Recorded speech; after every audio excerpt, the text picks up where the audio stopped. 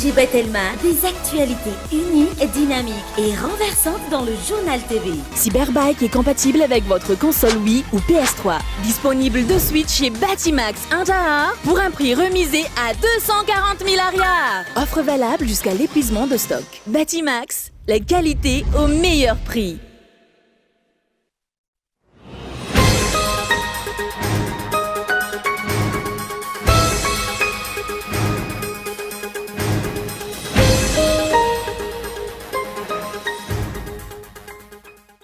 Tsy manaiky ny hanomezana ny tsy miankina ny fitantanana ny parika Tsimba zaza mandritra ny 30 taona ny collège des chercheurs enseignants sy ny mpiasa ary ny sadikan'ny mpiasa ny parika Tsimba zaza. Itony hetsika fanoherana izany araka ny fanambarana nataon'izy ireo androany. Niakatra 900 ny tedi-bola natokana ho an'ny sosialim-bahoaka ao anatin'ny tedi-bola mpanjakana 224 raha oharina amin'ny LFI 224.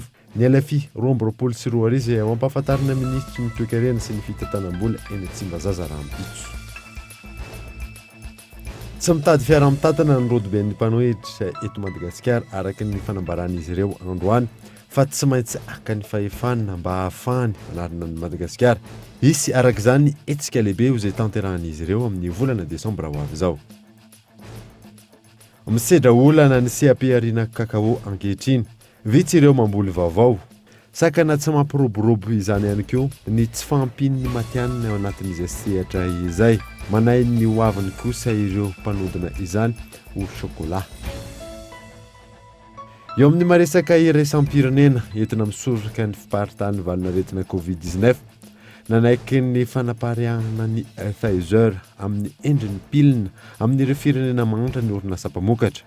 Eo ihany koa ny fangatan'izy ireo alalana amin'ny hanaparitaka izany any États-Unis. Na dia indreo arahanao afaka fotoana fohy.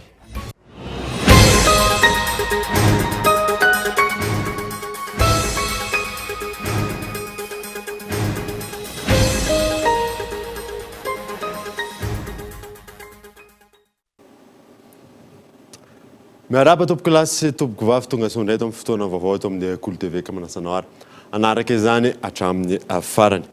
Nanomboantsika ny vaovao dia tsy manaiky ny hanomezana ny tsy miankina ny fitantanana ny parika Tsimbazaza mandritra ny 30 taona ireo collège des chercheurs enseignants sy ny mpiasa ary ny syndicat ny mpiasa ny parika Tsimbazaza. Itony hetsika fanoherana izany araka ny fanambarana izay nataon'izy ireo tamin'ity androany ity miantarandriana. Nanaitra ireo collège des chercheurs enseignants sy ny mpiasa miasa ary ny syndicat ny mpiasa ny parc Tsimbazaza ny taratasy avy amin'ny ministera ny fampianarana ambony sy ny fikarohana ara-tsiansa omaly nampilaza fa ho tantan'ny Axian Group izay orinasa tsy miankina ny fitantanana ny parc Tsimbazaza mandritra ny 30 taona. Namoaka fanambarana izy ireo androany manohitra izany. Izay mpikaroka mpampianatra amin'ny vondrona atao amin'ny collège des chercheurs enseignants ny parc botanique et zoologique de Tsimbazaza dia mampatsiahy fansahan'ny Tsimbazaza dia fitoeram-pikarohana araka ny décret 93/162 du 18 septembre 1993 izay miantoka ny fiandrianam-pirenena arovana ato soatoavina ara-tsiansa, ara-tantara, ara-kolontsaina ary vakoka isan-karazany. Izany dia ahafantarana Madagasikara eto toerana sy manerana izao tontolo izao. Toerana iray koa ahafahana miala sasatra sy manabe ireo mpianatra sy mpikaroka avy eto toerana sy maneran-tany. Ny parc botanique et zoologique de Tsimbazaza izao ny voakasika fa mety ho voakasika koa ireo centre ahafahany aoriana satria PBZT ny andohan'ny centre rehetrarehetra centre fikarohana teto Madagasikara. Araka izany toerinay marindrana ny fikasana anome ny fitantanana amin'ny PBZT ho an'ny mpandraraha vahiny groupe Axian mandritra ny 30 taona amin'ny alalan'ny procédure de gré à gré. Raisinay ho endrika fivarotana tanindrazana izany fikasana izany. Miantso ny mpikaroka mpampianatra sy ny mpampianatra mpikaroka rehetra, miantso ny mpiray tanindrazana mba hanohitra izany. Nanamafy fanambarana ireo mpiasan'ny parc Tsimbazaza taorian'ny fivoriana nototsain'izy ireo androany. Mafy ny fanoherana izany raha ny fanazavana. Raha ny feo mandeha isan'ny olana tamin'ny PBZT ity ny lafin'ny fitantanana.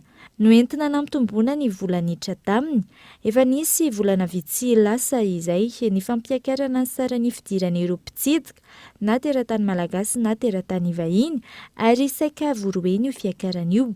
Tsy mbola misy kosa ny fanazavana ofisialy mikasika ity raharaha ity avy amin'ny ministeran'ny fampianarana ambony sy ny fikarohana ara-tsiansa raha niezaka ny antso ny tompon'andraikitra ny mpanao gazety.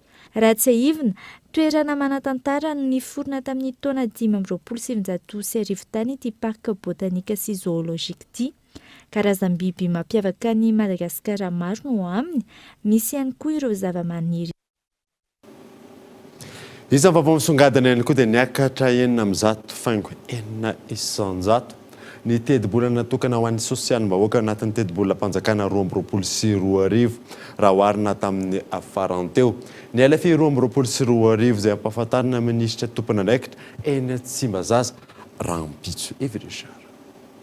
Avroeny ny tany voarakitra anatin'ny lalàna lasitra ny fihezana ny tedi-bola mpanjakana na ny LFI 2024.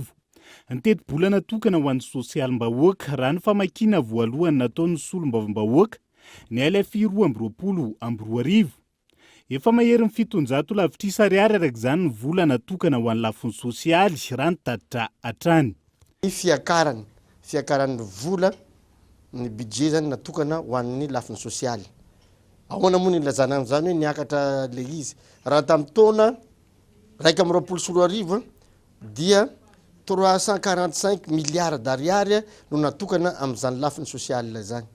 Fa raha amin'ity LFI 2022 ity zao dia hitana eo fa 713 milliards d'ariary, presque fois 2 mahery zany ny resaka sosialy zany fantatritsika ny fampianarana, ny teknika, ny amparam-potonga ambony, ny fitsaboana, lay mipona le mahakasika ny vahoaka satria zay moa le tadiavintsika isan'andro hoe tsy mijery. Ny fanarenana ny lafiny sosialy indrindra taorian'ny fotoana nampirongatra ny Covid-19 no tanjona amin'ny fampiakarana ny tedi-bola natokana ho an'ny sosialim-bahoaka hoy ny fanazavana na izany na tsy izany. Nanamafy ny fahavononany hamakafaka lalina ny andin-dalàna isan-tsokajiny anatin'ny LFI 2024 ny solombavam-bahoaka. Isataona izay dia mitabataba any amin'ny hoe tsy tonga ra-potoana ireo boky ilaina rehetra andiniana zany loi de finance zany. Tamin'ity kosa dia tonga lobe efa tonga tamin'ny herinandro ireo boky rehetra ireo. Ny tena ampitaina manko dia izao mila fotoana izay andiniana an'izany, mila fotoana izay tena hijerena lalina sy andiniana lalina vao anangan-tanana fa tsy sanatriany vavy anangan-tanana fotsiny ka ho tsarain'ny vahoaka raha-pitso sy rafaka pitso. Ao ny fitsinjovana ny fiainam-bahoaka zava-dehibe fa hitanay zany misoritra sady ao anatin'io loi de finance io zany ka dia ny ambiny sy ny toyany moa mbola ao anatin'ny fandiniana azy tsara mihitsy izay amin'izao fotoana izao. Rampitso no ampahafantarin'ny ministry ny toe-karena sy ny fitantanam-bola. Ny teboka isan-tsokajiny voarakitra anatin'ny LFI 2024 raha ny ladinika tapaka teny anivony anteny miram-pirenena raha ny vinavina amin'ny fampidiram-bola mpanjakana 724 lavitrisa ariary no kajiana ampidirina anatin'ny kitapom-bola mpanjakana. Izany hoe nahitana fiakarany 120 isan-jato raha oharina tamin'ny tondasa. Isan'ny fatohan'ny fampidiram-bola ny hetra sy ny aba avy amin'ny faditsiranana izay tombanana ioatra ny 3 lavitrisa ariary raha ny voarakitra anatin'ny LFI 2024 hatrany. Mandidina ny resaka LFI izay hatrany dia tsy ho tratra ny tanjona amin'ny fampiakarana ho 10 isan-jato ny tany vehivavy mampiasa ny fandrindram-piterana ao anatin'ny roa taona raha toka tsy tafiditra. Ao anatin'ny LFI 2024 indray ny vola atokana hividianana ny produit contraceptive raha fanazavana azo ny alarana efizao. Miteraka tsy fampiny ny fanafody fandrindram-piterana eny amin'ireo toby fahasalamana toy ny CSB2 ny tsy fisian'ny vola natokana hividianana ireo fanafody ireo ao anatin'ny lalàna mifehy ny tedi-bola mpanjakana 2024. Ahina hiakatra ihany koa ny vidiny ary hena ny vehivavy ampiasa izany.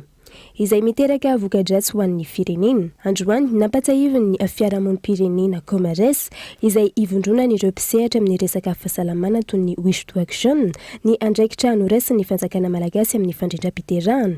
Mpamaty vola zany dia nametraka hoe mamaty vola manampy ny firenetsika izy amin'ny fividianana produit contraceptif fa kosa mba misy koa le fandraisana anjara amin'ny fitondrana malagasy.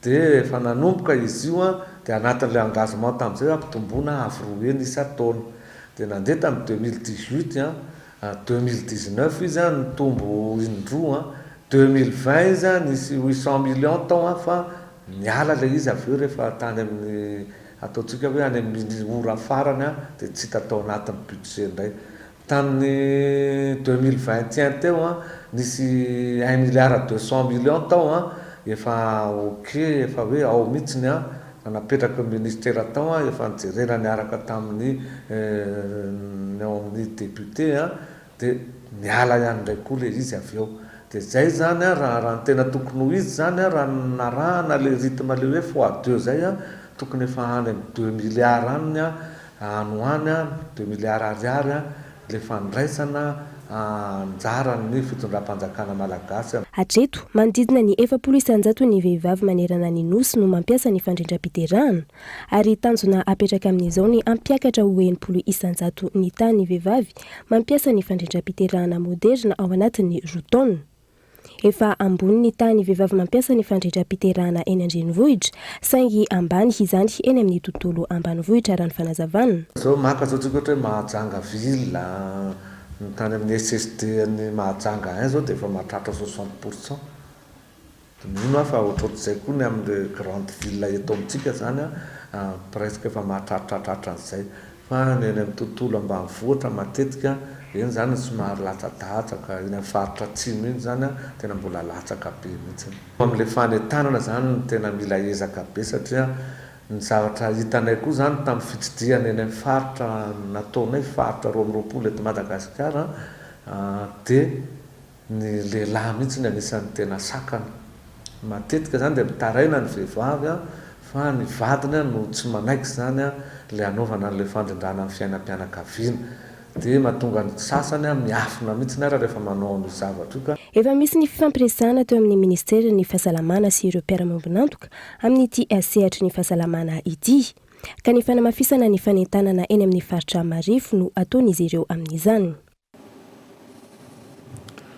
Lany hosolotena ny anteny-meram-pirenena eny anivon'ny commission malagasy de l'informatique et des libertés ny solombavomboaka Ravelson Guillaume rafitra izay fandrembonany androm-panjakana maro isana ny fanaramaso sy ny foaram-pefy sy ny tsy fanarahan-dalàna mahakasika ny famoahana vaovao. Yves Richard. Manomboka mifantoka betsaka amin'ny ady amin'ny famoaham-baovao tsy hiaraka ny tokony ho izy ny anteny-meram-pirenena. Taorian'ny atrikasa ny arahana tamin'ny APF na ny Assemblée parlementaire francophone ny 9 Novembre. Tontosandroany fividianana ny solotena ny solombavombahoaka eny anivon'ny commission malagasy de l'informatique et des libertés.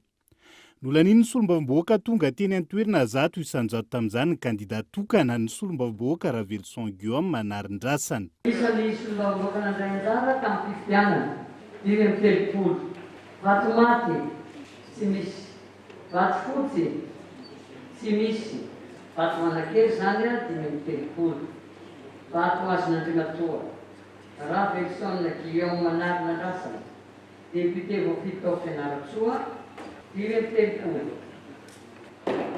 dia ambarako azy fa any misy tenany anteny-meram-pirenena ao amin'ny vaomiera malagasy misana ny kajiny mirindra sy ny fahafahana.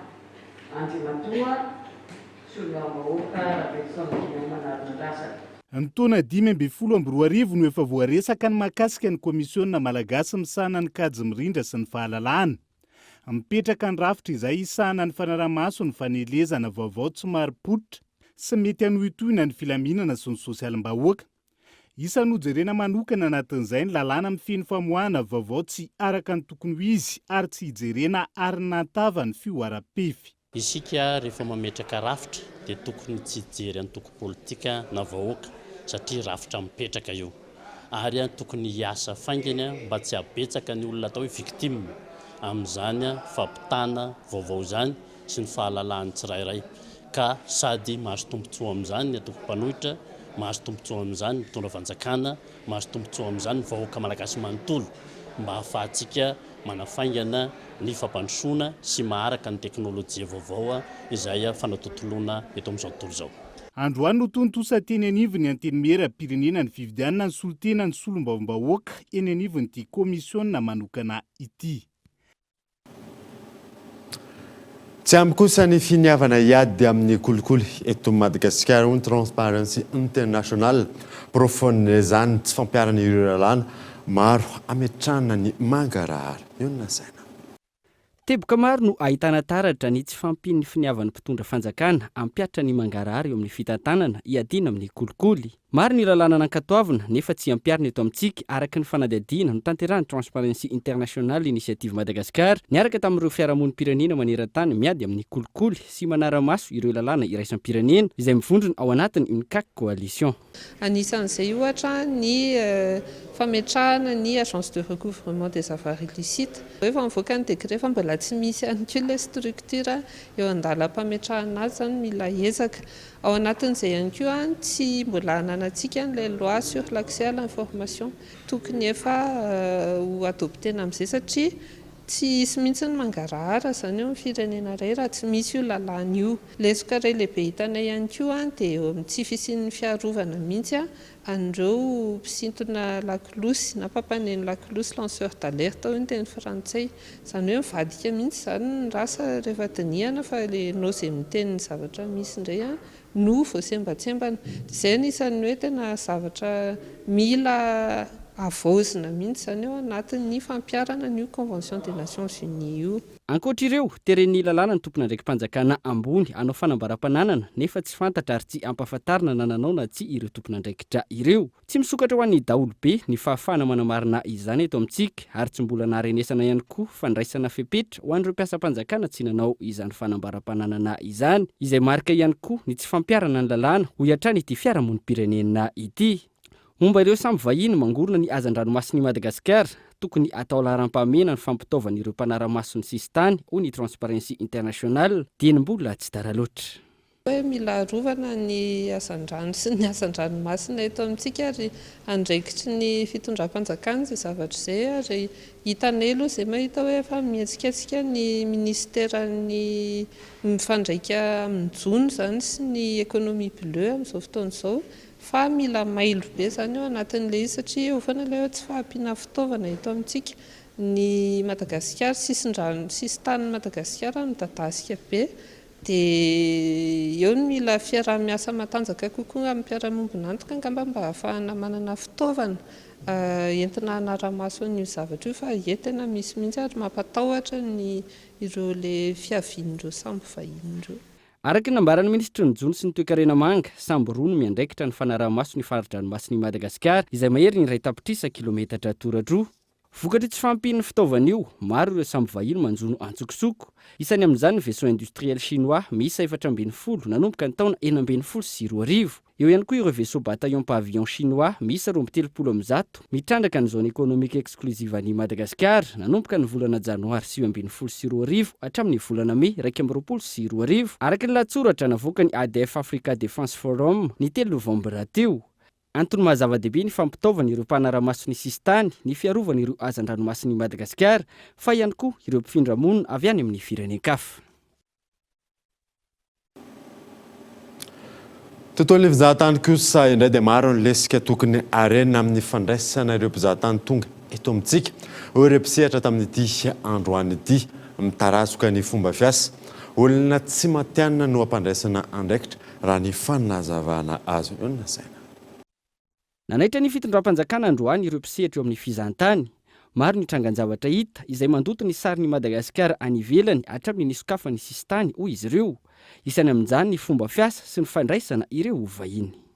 Misy fitarazoana be mihitsy ao amin'ny fikarakarana ny serananao satria dia maharitra hatramin'ny ora 4 ka hatramin'ny ora 5 izay vao tafavoaka ao ny mpizahatany izay tonga eto Madagasikara dia ny resaka ity naveta ity izay mariana eto fa ny naveta tompoko dia tsy miala eo amin'ny seranana raha tsy feno ary rehefa feno zany dia mitety ny hotely eraky ity Tananarivo ity izay mandany lera be ho an'ireo vahiny tonga ary misy amin'ireo sofera izay mitondra naveta reo no tsy mahita akory ny trano fandraisam-bahiny hitondrana an'ireo vahiny ireo tompoko dia nyresaka quarantaine 48 heures 24 ora nyresahanay any amin'ny client anay a nefa izy io ndraindray ohatrany tsy misy assurance manao ahoana sy manao ahoana ny politika sy ny drafitra oetin'ny fitondram-panjakana manoloana an'izao fisokafana izao. Raha 24 ora no voalaza fa iandrasan'ireo olona avy any ivelany ny valin'ny fitaliana covid-19 natao teny ampatongavana mihitatra hatramin'ny 5 andro izany hoy izy ireo. Fomba fiasa izay manimba ny sehatra ny fizahantany raha ny faneho-kevitra hatrany indrindra amin'izao fotoana mampiroborobo ny tambazotra tserasera izao ka tokony ahitsy anatin'ny fotoana fohy. Tokony ampidirinao anaty vidina billet d'avion le vidina test PCR tompoko mba hanamavanana amin'ny filaharana izay misy ao anatin'ny seranana. Ny antony a midina le vahiny avy any amin'ny tarmaky dia milahatra izy andohan'le vidina test PCR, milahatra indray izy avy eo manao test PCR, milahatra indray izy avy eo manao visa, mandohan'le visa. Raha ohatra tsika tena te hisintona amin'ny vahiny eto Madagasikara, mino tompoko fa tsy fotoana amin'ny fitakiana visa zao. Zahay dia mahita hoe ny zavatra important indrindra amin'ny fandraisana vahiny dia ny akay. Rehefa tena tsy maintsy tsy azo elana ny navety dia mamesosikevitra zay ny akana guide touristika isaky ny navety mba hanao akay touristika an'ireo vahiny ireo au moins ampitomboana amin'ny fréquence de vol. Raha zay 640 passagers zay no arahantsika mandritry ny taontsika zany tsy ahazo afa-tsy 66 000 passagers raha ohatra ka deux vols par semaine no isy. Zahay nefa dia nahazo statistika taky ny Nosy Maurice tao anatin'ny 2 volana monja zareo dia nahazo 70 000 tourista tompoko.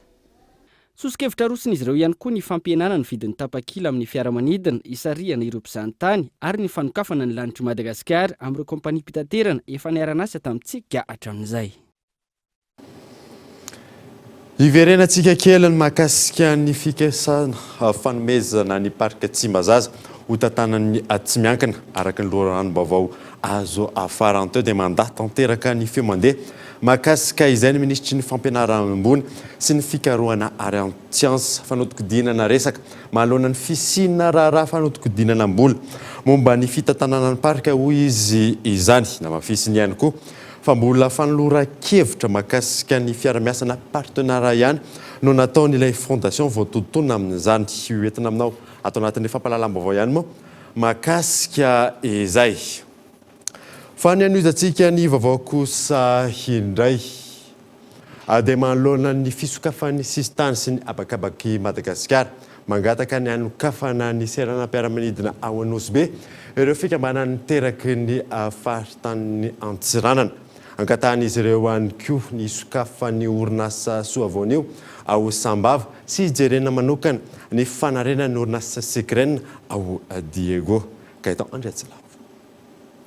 Teboka telo lehibe no nangatahany fikambanany teraky ny faritany Antsiranana raha niaona tamin'ny filoha lefitry ny anteny meram-pirenena sy ny filoha lefitry ny anteny meran-doholona faritany Antsiranana ny maraina teo.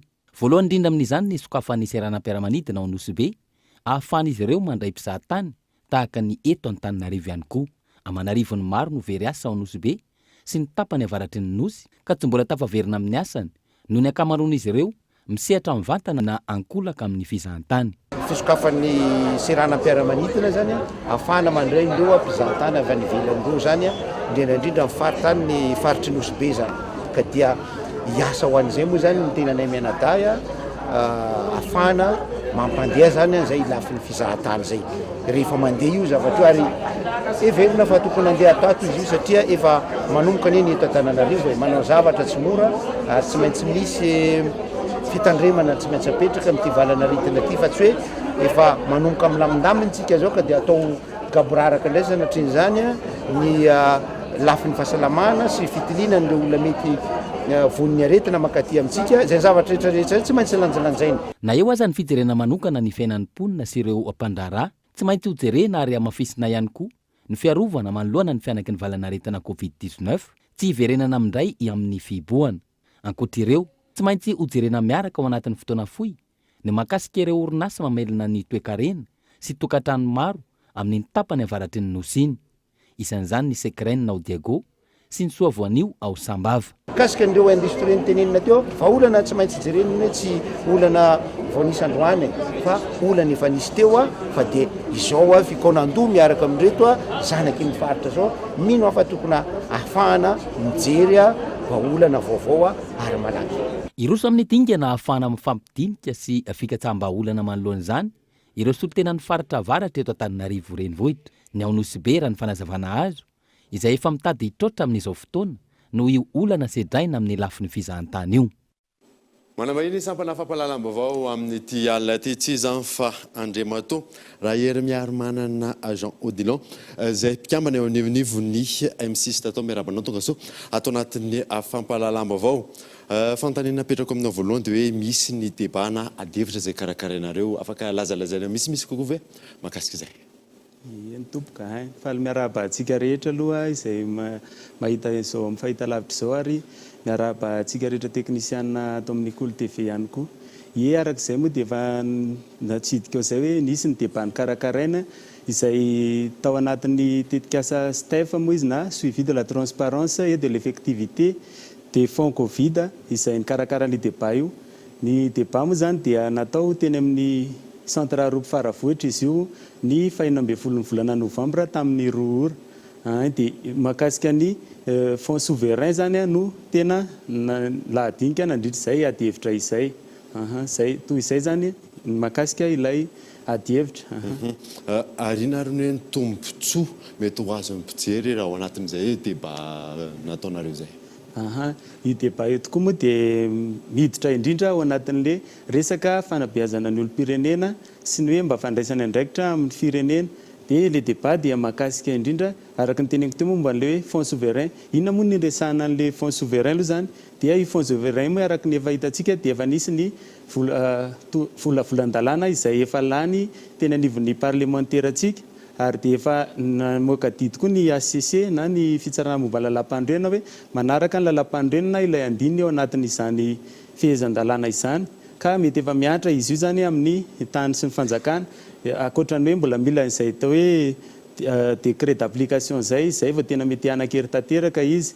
Dia le fonds Covid zany betsaka ny zavatra mety tsara ho fantatra amin'ny fiarahamonim-pirenena anay moa zany dia ny fianam-ponenay dia mezaka mandrakariva mampafantatra ny vahoaka ny zavatra misy eto amin'ny firenena. Indriza moa ireo vahoaka rehefa le olom-pirenena izay atsoina indrindra andraikindraikitra sy anaraka ny raharaham-pirenena. Dia io fonds souverain io betsaka ny zavatra manodidina azy io dia mety azahoana tombontsoa nefa mety misy lafiratsiny ihany koa. Dia zana ao anatin'izay adihevitra izay mba ahitany olom-pirenena hoe inona mety ho lafiratsiny ary inona koa mety ho lafy tsarany momba io fonds souverain io. Dia tao anatin'izay moa nisy ny mpandray anjara ao anatin'le adihevitra dia misy ao ny économiste avy amin'ny sehatra universitaire, misy ao ny parlementaire, misy ao ny solotena avy amin'ny société civile. Ny zahana ho maro zany ilay hevitra mety iseho ao na ny avy aty amin'ny parlementaire hoe ahoana ny fijeriny an'io fonds souverain io na ny avy aty amin'ny fiarahamonim-pirenena hoe manahoana izy io ho ampahaiary koa moa satria dia maro ny mpisehatra mety voakasika rehefa tena ampiarina eto amin'ny firenena izay fonds souverain izay. Afaka alefanao ary ve fanentanana hoe rovina sy mahakasika an'izay adihevitra izay. Ny antony indrindra moa zany nanaovana an'io adihevitra io dia anentanana indrindra isika olom-pirenena mba hafantatra bebe kokoa mahakasika ny fonds souverain. I fonds souverain moa dia araka le hoe tsika nandalo an'le Covid-19 nandalo valanaretina ka betsaka ny mety hoe olana ara-toe-karena ny sedrain'ny firenena.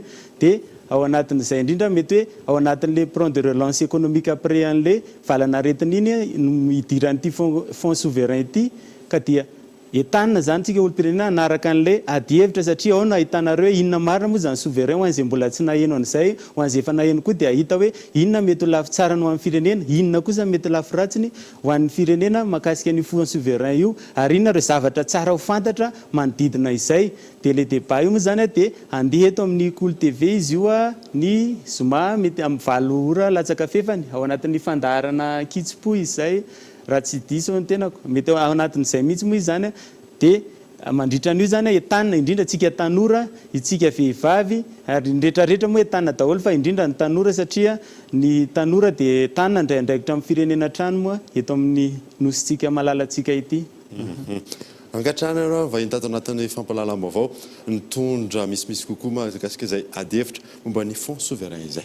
Ie makasitraka atsika rehetra nanaraka dia makasitraka anao koa namana mpanao gazety dia mirary soa indrindra ho atsika rehetra saotra indrindra tompoka. Tahaka mahazatra mialohan'ny idirantsika ny tapany faharoan'ny vaovao andeha ho rahantsika ireo adoka varitra.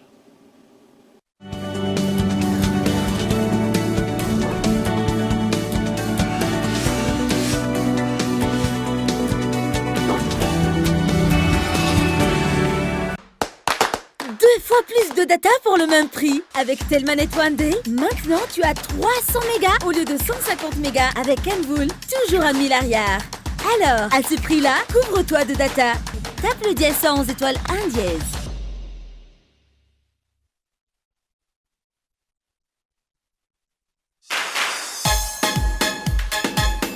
Les bébés sont surtout connus pour leur sourire. Mais quelle est la source de ce bonheur? Molfix.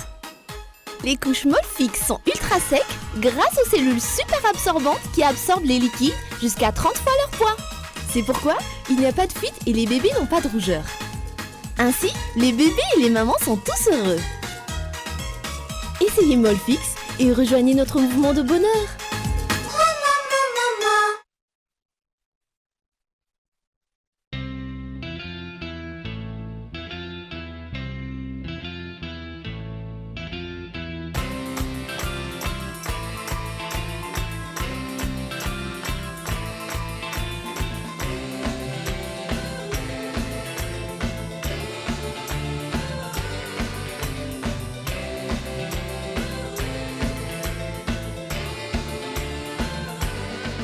Avec Gino, laissez-vous transporter au cœur de la nature.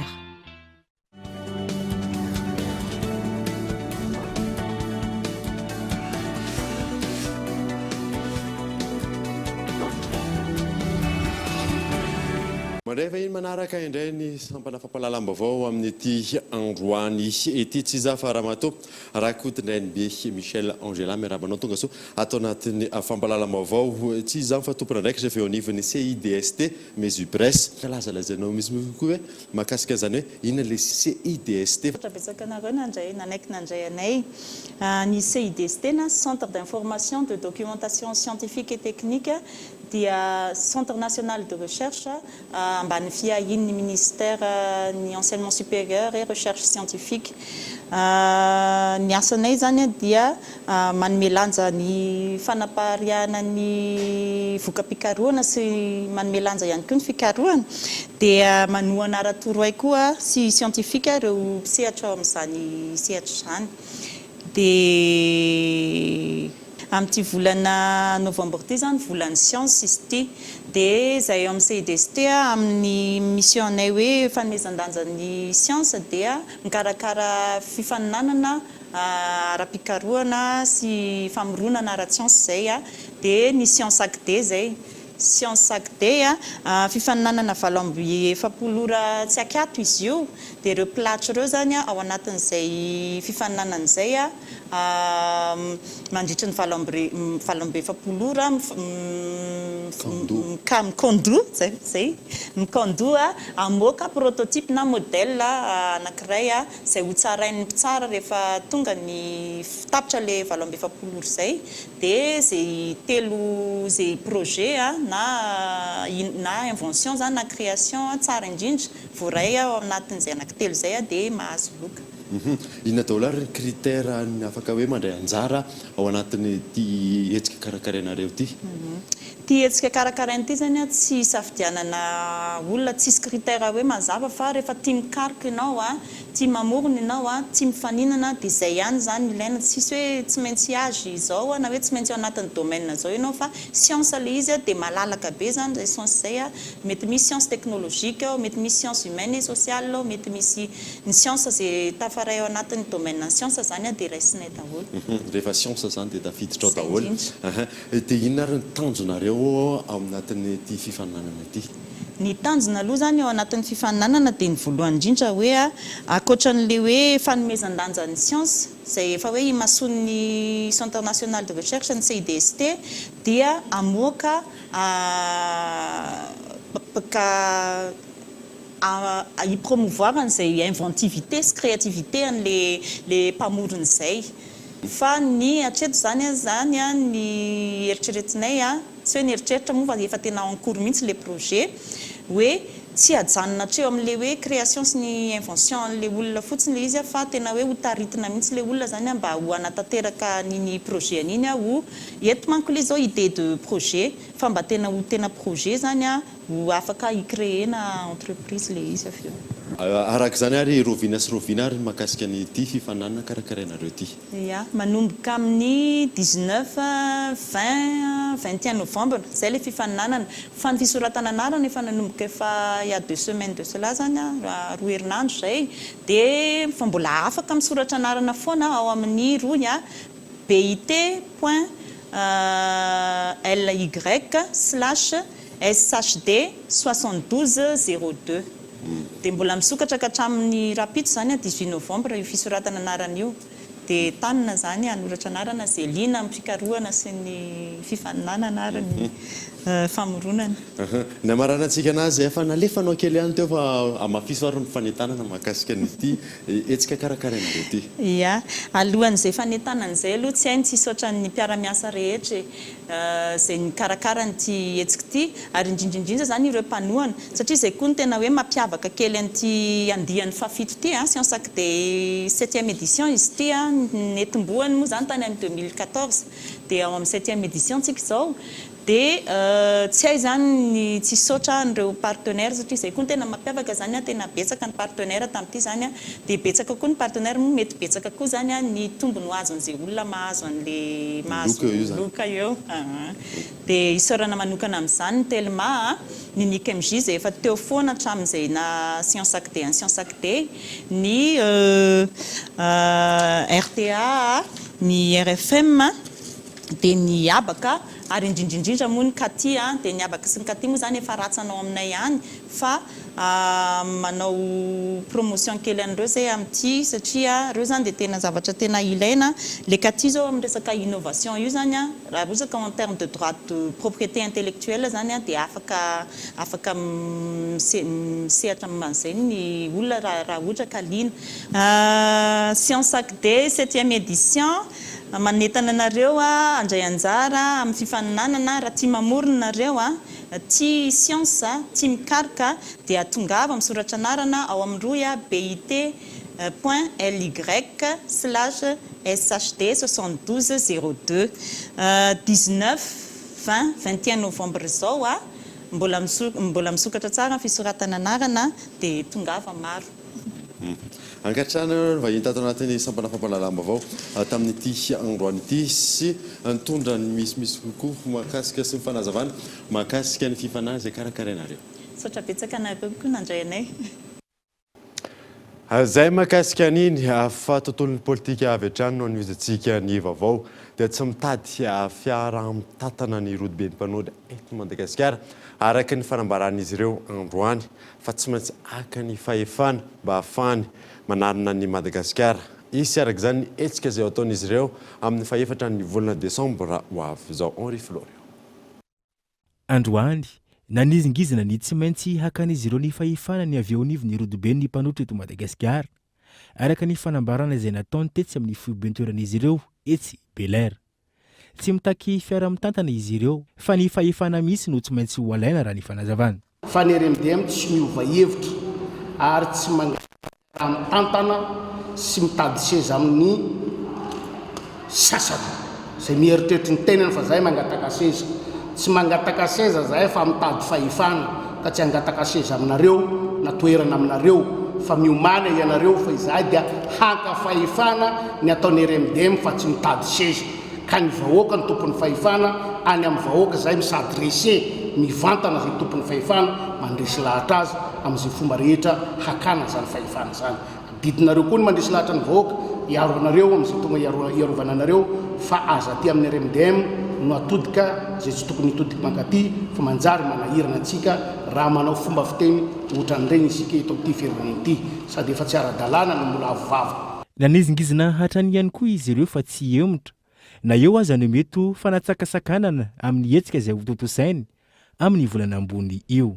ho hitantsika eo famorim-bahoaka io dia ho hitantsika eo e ho hitantsika eo zay crédible zao ho hitatsa fanjakana ny hitady fomba rehetra hanakanana an'io e hataon'ny fanjakana zay fomba rehetra tsy ampisan'io dia ho hitantsika eo zany crédible zany hoe ahoana ny crédible sy ny tsy crédible dia ho hitantsika eo fa na io tolo-tanan'io dia hitadiavan'ny fanjakana fomba rehetra ny anakanana an'io ifafanomezan-tanana sa malagasy fa ho hitanareo zany teniko zany androany fa ho tadiavin'ny fanjakana ny fomba rehetra mba tsy hatateraka an'izany hoe gasy ny fanometanana zany fa aleondry zareo ary manafatra zavatra avy any ivelana agny tsy fantatra ho tonga ho vily toy zay gasy samby eto ifanometanana tsy tiany zany zay fa na tiany na tsy tiany tsy maintsy ifanometanana ny sa malagasy hanatanteraka hetsika tolo-tanana ho an'ny vahoaka ny farafangana ny avy ao anivo ny antoko mpanohitra amin'ny faefatra ny volana desambra ho avy izao etsy amin'ny magrobe ho ririka amin'ny fotoana io ihany koa no hanoloran'izy ireo ny boky mirakitra ny fehan-kevitra 12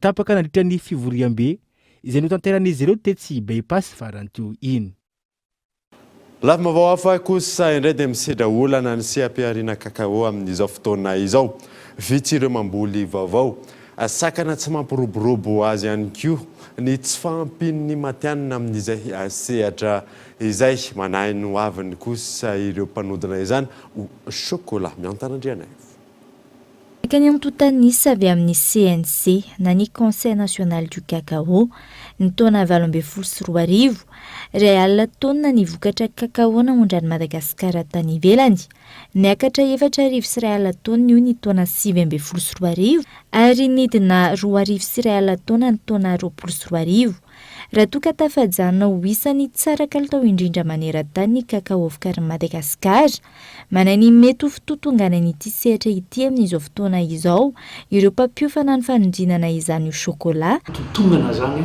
ny vokatra eto amintsika betsaka zany ny antony natonga an'izay ohatra ny hoe dérèglement climatique betsaka ny antony matotongana ny vokatra eto amintsika tsy afenina koa zany fa antitra ny cacao atsika raha izy fa antitra satria misy tsonony ny tena hoe fambolena vaovao mpamboly koa zany ohatrany tsy maharisitra satria lany vokatra sasany ngeza tsy tafavoaky aiza moa no hoe ahafahany hoe amboly an'izy be maro be raha ohatra ka hoe vokatra azo izay ataony aza tsy tafavoaka zany hoe tsy tafavoaka zany hoe tsy misy mpividy noho le toerana lavitra noho le lalana tsy misy dia noho le toetrandro dia nandray mijanona fotsiny any ary zay tsy mampirisika mihitsy ny mpamboly amboly Hatreto ambany ny tany famokarana Madagasikara raha eo amin'ny sehatra iraisam-pirenena araka ny navoaka ny anaivana ny examen national de l'export vert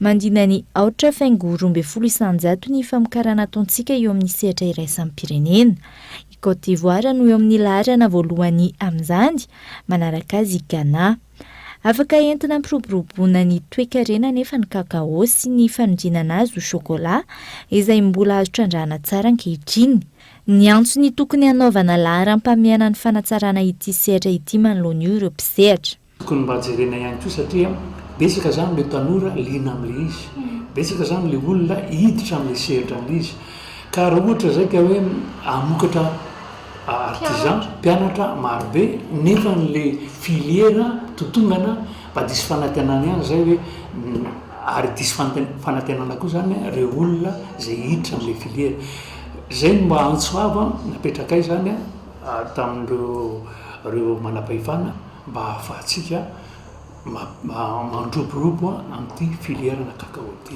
mahafantatray fotsiny zany ohatra hoe ingénieur anankienina misahana fotsiny le 20% le petit planteur dia tsy ampy zay aminay satria petit planteur zany 3400 20% fotsiny zany voasahan'ireo azonao zany do zany misy banka zany mitserinay azy fotsiny tokony voasahana daholo ny olona tokony misy zany formation na formateur eto amintsika azonao zany mba tokony maromaro an'izay zany misahana ny filiera io tafiditra amin'ny famporisihana ny mpamboly hanatsara ny kalitaon'ny vokatra cacao misy ny fifaninanana nasionaly mikasika ny fikirakirana ny vokatra cacao mba ho tafiditra amin'ny sokajy qualité supérieure na kalitao ambony kokoa izay karakaran'ny CNC amin'ity volana novambra ity Misy ihany koa ankoatra izay ireo kooperativa momba ny kakao avy eto Madagasikara mandray anjara amina fifaninanana ny iraisam-pirenena momba ny kakao izay hivaly amin'ny volana janoary 2024 izao.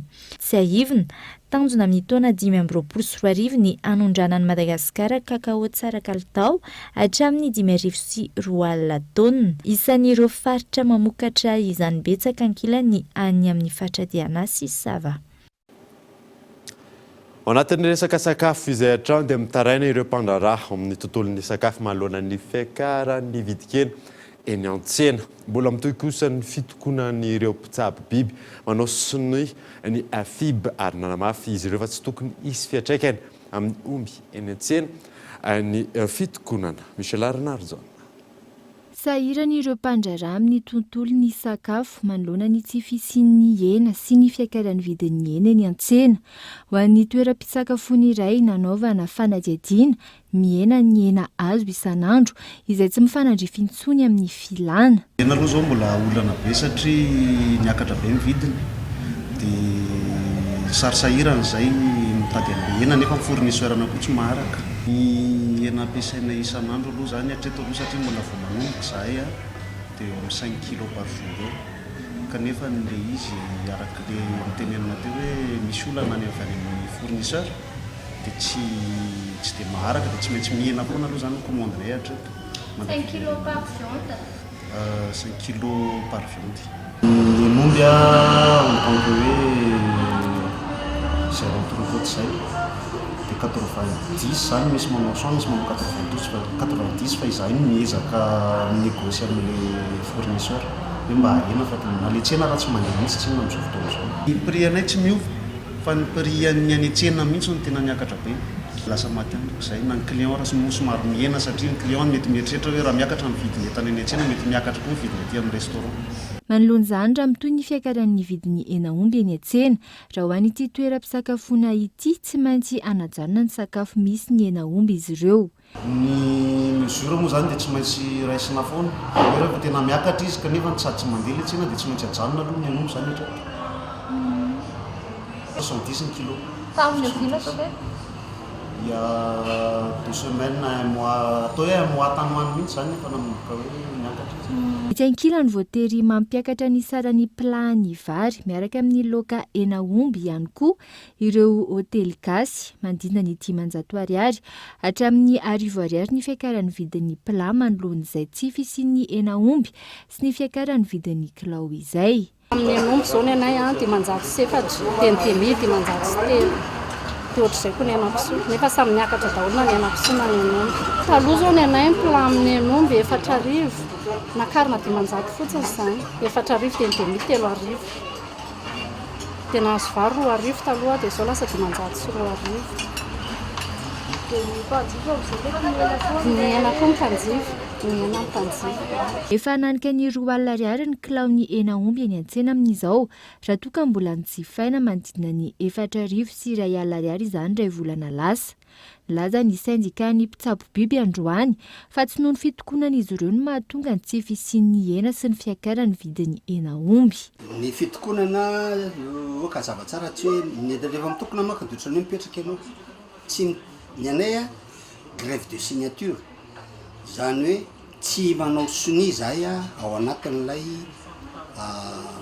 FIB na fiche individuelle de bovin fa izay mamoaka certificat de vaccination ho solon'ny ilay fanaovana izy soni ao anatin'ny FIB.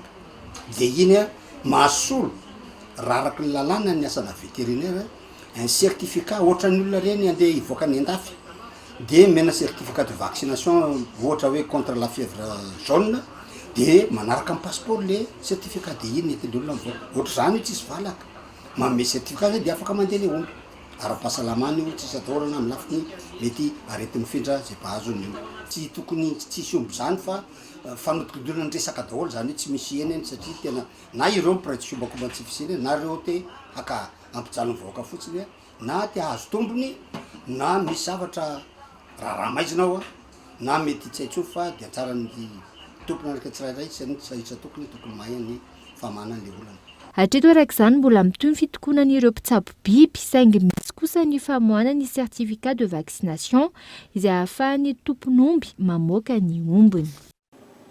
Vaovao any amin'ny faritra kosa indray dia tsy marina ny filazana sy ny fanelezana tsaho anatin'ny tapazotra tserasera fa namidy tamin'ny sinoa ny tany ao Antaninarenina Toliara ho ny tompon'ny tany. Contrat de bail henonina tao hoy izy ireo fanamparazavana. Io tany izay teneny zareo fa hoe lasa sinoa koa dia vandy satria tany io efa natao par judiciaire dia mitondra ny titre 16051 izay any Ramatoa Makiambolodiny izay reny.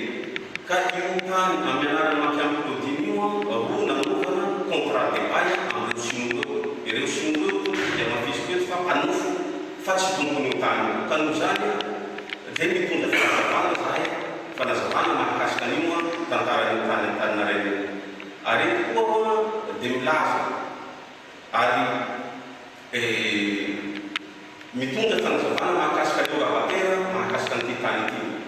Io tany io koa dia mbola very koe fa tsy sinoa eo no tompony io tany io fa zahay ro mampanofa io tany amin'ireo sinoa eo. Ka noho izany ao anareo izay manao rabatera amin'io tany io anareo zay fa ny marina mahakasika an'io mahatonga anay mitondra fanazavana eto noho ny vaovao diso ny vaovao mary ariva tamin'ny fa. Natsangana kosa ny club des jeunes ivondronan'ireo lycée miisa valo ao Moramanga ifanometanana amin'ny orinasa Fanalamanga hiaro ny tontolo iainana no tanterahana atao amin'ny lycée Ambosary Gare. Arak'izany sy ny fifanaraha-miasa teo amin'ny orinasa sy ny Cisco Gaëtan Andriatsilavo. Lycée miisa valo ao anatin'ny faritralan'ny orinasa Fanalamanga no iara-entana hiaro ny tontolo iainana ka ny ady amin'ny doro-tanety no ifandrombonan'ireo sekoly ireo. Ny orinasa no amantsy ny fitaovana hoentina manatanteraka ny asa. Vita ny sonify fanaraha-piara-miasa teo amin'ny chef Cisco sy ny tale jeneralin'ny orinasa Fanalamanga. Ho fanatratrarana ny tanjona natsangana ny fikambanan'ireo mpianatra antsoina hoe club des jeunes. Voalohany indrindra dia miala aloha izany hiarovana manoloana ny doro-tanety izay tena mafy dia mafy ao anatin'ny ala ao, hiarovana ihany koa amin'ny halatra isan-karazany, halatra azo zany dia fanentanana mikasika izay no anisan'ny vaingon-draharaha ho ataon'ireto ankizy reto. Tafiditra ao anatin'ny ezaka ataon'i Madagasikara miaraka amin'ny mpitondra fanjakana amerenana indray any Madagasikara ho nosy maintso ny fiaraha-miasa tahaka izao. Ezaka ny Cisco Moramanga anolo-tanana ampahomby ny asa fiarovana sy ny fanabeazana ara-tontolo iainana. Ampiarina ny fiarahamoniny ny fahaizana sy fahalalana izay azo izy ireo zany. Ao koa moa zany ireo teknisianina avy eo amin'ny orinasa Fanalamanga izay manome an'izany fampianarana zany. Fantatra nandritra ny lanonana ofisialy natao tao amin'ny lycée Ambosary Gare fa ny orinasa no iantoka ny fatsim-pianarana ho an'ny club des jeunes hiantsehatra amin'ny fivoarana sy ny fiarovana ny tontolo iainana. Natolotra ihany koa ny lokan'ireo sekoly mendrika tamin'ny fifaninanana sary-pamantarana na ny logo sy ny teny filamatra amin'ny fiarovana izay tontolo iainana izay. Trangam-piarahamonina any amin'ny faritra kosa indray dia iray mpianakaviana iray no namony ainy vokatra ny fanafiana amin'ny tapiadina izay anseho tao Amborovia teo amin'ny ancien piste Omaly Arivo. Revidrevitra ny basy nandritry ny fanafiana ka maty tradrano tamin'izay ilay iray mpianakavianao Rifloreo. Omaly Arivo tokony tamin'ny enora sy sasany nisehoana fanafiana amin'ny tapiadina mahery vaika tao Amborovia teo amin'ny ancienne piste ao Mahajanga ao. Nirefidrefitra tanteraka ny basy nandritra izany ka raim-pianakaviana iray izay efa nisana ny andraikitry ny mahalehibe ny fonja tao Mahajanga nanomboka ny taona 2014 ka hatramin'ny taona 17 no namony ainy nandritra ny fanafiana.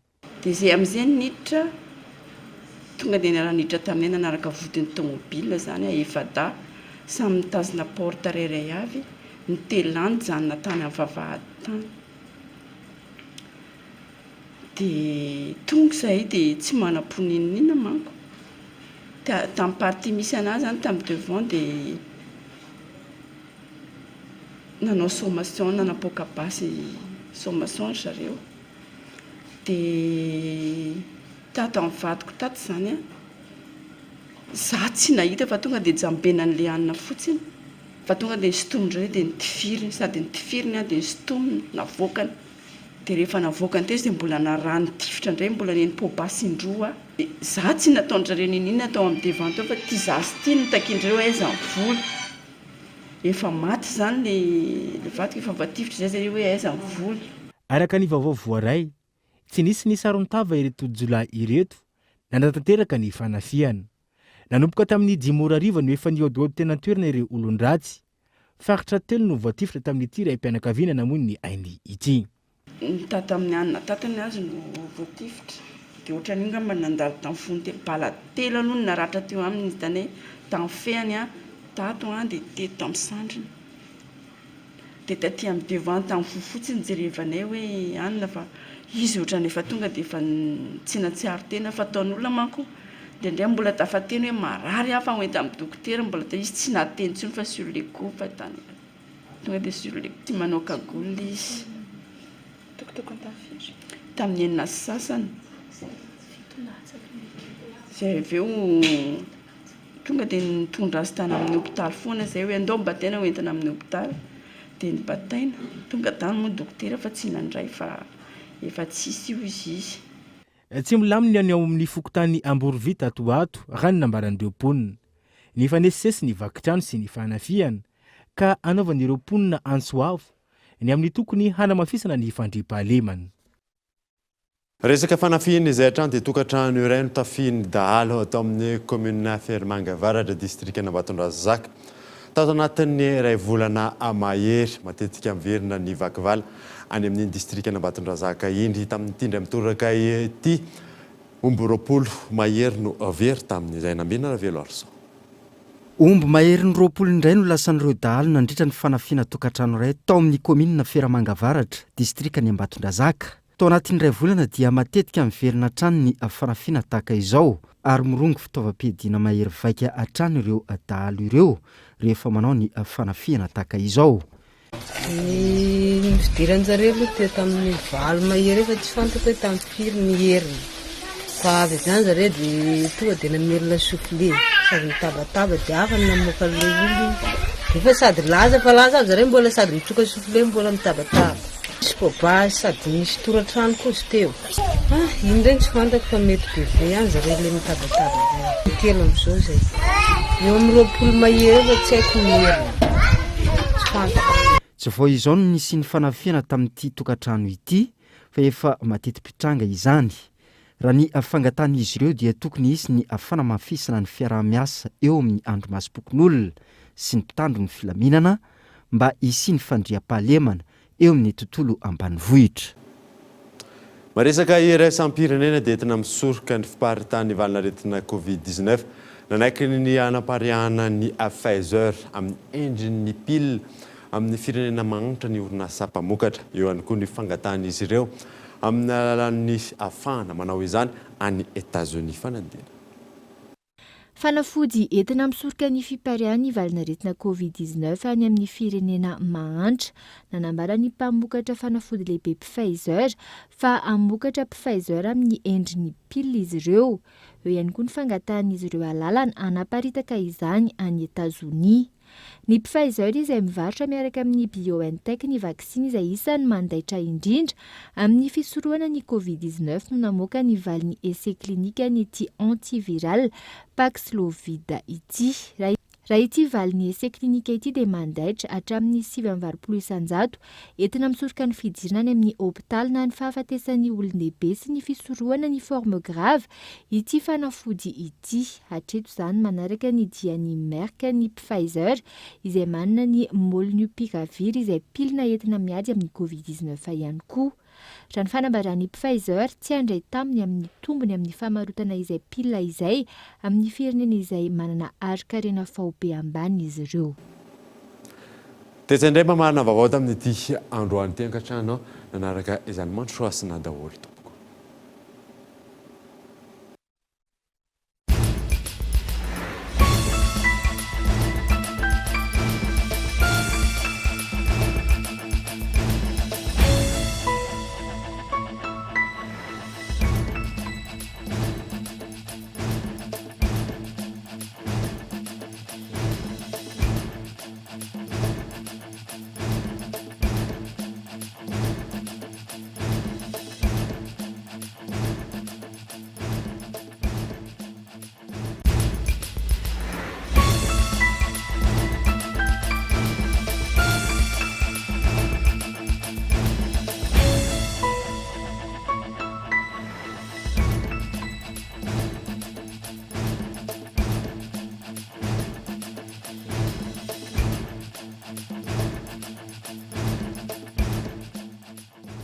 Cyberbike est compatible avec votre console Wii ou PS3. Disponible de suite chez Batimax Intahar pour un prix remisé à 240 000 arrières. Offre valable jusqu'à l'épuisement de stock. Batimax, la qualité au meilleur prix. 5G Batelma, des actualités uniques, dynamiques et renversantes dans le journal TV.